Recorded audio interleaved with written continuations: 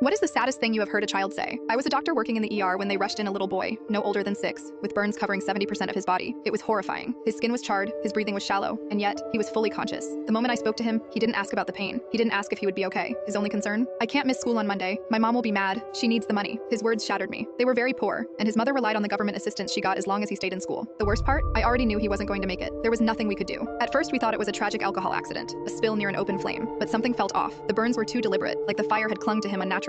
Then, as I checked his arms, I noticed old scars, small circular burns, too many to be accidents. A nurse leaned in, her face pale. He said something strange, something about the fire being a punishment. That's when the truth unraveled. The boy wasn't just in an accident. His mother had been doing this for years. When he misbehaved, she would force his hand into the fire pit for a few seconds as punishment. But this time, she had been holding a bottle of alcohol. When she yanked him toward the flames, the liquid splashed over him, igniting his entire body. Yet, even in agony, even knowing he was dying, he still protected her. Days later, as his body failed, his last words were a quiet, fragile question. Do you think they have yogurt in heaven? I cried for days.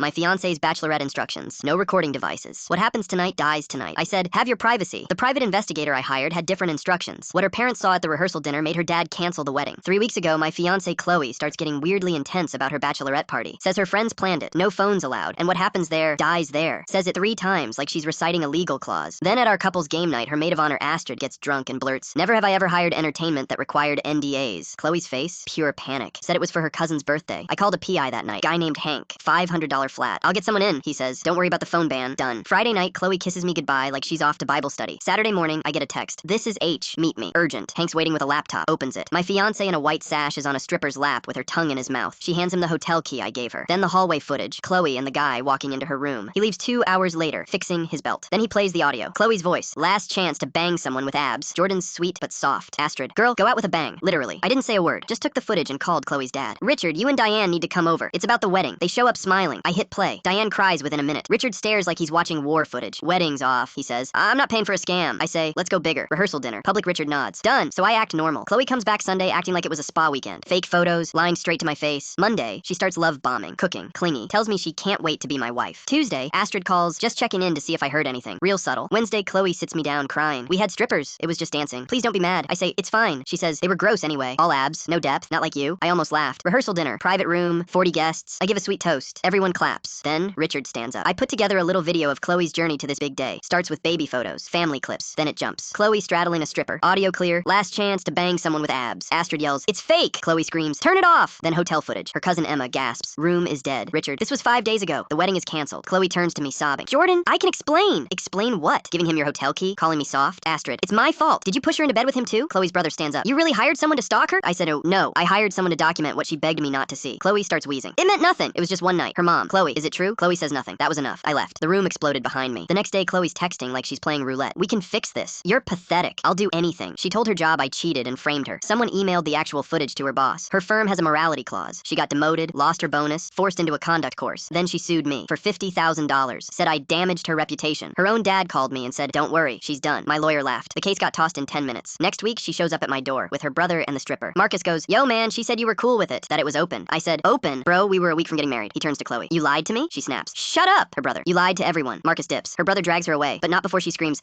I faked it every time. I called back, I know. That's why I didn't mind you finding someone else. She got arrested a week later for keying a random car. Thought it was my ex's. Wasn't. $3,000 in damages. She lost her friends, her job, her apartment. She's couch hopping now, trying to play victim on socials. Keeps saying I stalked her, that the video was edited, until someone reverse searched the clip and posted the original thread. Comments turned fast. And that ring her dad demanded back? He mailed it to me. Use it for something that makes you smile. I sold it. Bought a PS5, donated the rest. Was there a time when you warned everybody no one listened and something bad happened? Every night at 3 a.m., this guy would come into our 24-hour diner near the college dorms. Always sat at the same window table. Always ordered black coffee. Never touched his phone. Just watched the dorm entrance for hours. Something felt wrong. His clothes were worn and dirty, but he wore this pristine gold watch that looked worth thousands. When drunk students came in, he'd get tense, especially when girls walked past. He'd type something and watch them through the window. I told campus security. Just another night owl getting coffee. Went to my manager. Don't harass the customers. Called the cops. We can't arrest someone for sitting in a diner. Nobody cared about my videos of his weird behavior. Then one night, he left his phone on the table. I saw the screen. Official police surveillance software. My heart sank. I'd been suspicious of an undercover cop doing his job. For weeks, I felt horrible, but that feeling wouldn't go away. He'd adjust his watch whenever girls left alone. His police phone never made calls, and he always disappeared right before real campus police did their rounds. Last night, he wasn't at his usual spot. I saw him following a stumbling girl toward the dorm's back entrance. I almost stayed quiet. He was a cop, right? But I couldn't. I ran out screaming. When actual police tackled him, they found his backpack. Inside was the truth. Fake badges, zip ties, duct tape, hunting knives, that expensive watch stolen from a missing girl. His police phone had hundreds of stalking photos. He'd been hunting at colleges across 3 states.